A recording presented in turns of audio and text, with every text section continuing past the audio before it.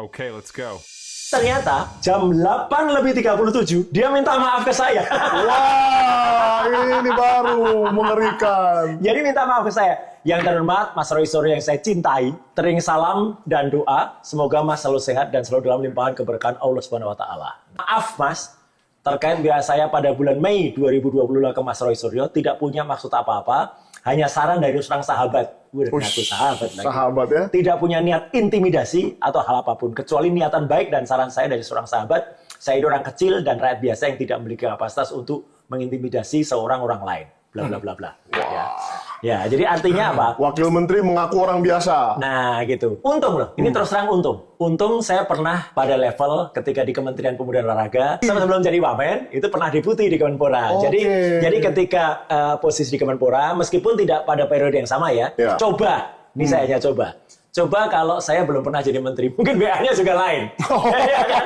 Namanya juga profesor. Jika WA saya ke Mas Roy membuat Mas tidak berkenan, saya mohon maaf. Clear ya? Ya, berarti jadi ada permohonan maaf di situ ya. Karena pikiran sepintas saat itu saya merasa kenal dengan Mas Sahabat, jadi murni niatan baik selaku sahabat. Nah, ini yang menarik. Terkait isu dan fitnah yang menimpa saya, dia masih bilang gitu. Fitnah, saya terima dengan ikhlas. Ikhlas loh ya. Gitu. Jadi dia bilang ikhlas. Karena saya sudah biasa difitnah katanya dari dulu.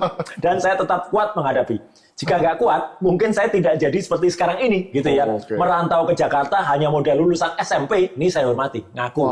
Ngaku kan? Karena soalnya ada yang nggak ngaku. Ya bagus lah. Kita hormati, kita apresiasi Prof. Dalam perjalanan hidup saya, nah ini yang menarik. Agar saya bisa sekolah kuliah selain jadi tukang sapu, saya sejak tahun 97 sampai 2002 usaha membuka pengetikan dan fotokopi. Pengetikan dan fotokopi. Ya, gitu. Bukan percetakan. Dan saya setelah resmi menjadi kaprodi di FISIP, itu kemudian saya jual semuanya. Katanya dijual semua. Tapi yang menarik, kita dapat cerita juga, dan ini bukan hanya cerita, karena sudah dipublish oleh pengamat intelijen, Pak Sri Raharjo Chandra. Yang kemarin juga. Ya, mengapa Pak Iman, dia tulis di barusan nih, ini barusan memang. Mengapa Pak Iman Raharjo klaim batas waktu kepemilikan kios percetakan? Nah, karena dia kan nulis kan 2 sampai 97 sampai 2002. Ya. Padahal nulis hasil temuan di lapangan didapat informasi pakar intelijen ya, intelijen beneran ini dari beberapa rekan sesama pemilik kios di Pasar Pramuka yang siap bersaksi bahwa Pak Iman Raharjo, mantan Wamendes, memiliki kios ketik dan cetak skripsi sejak tahun 90-an sampai dengan tahun 2017. Wah.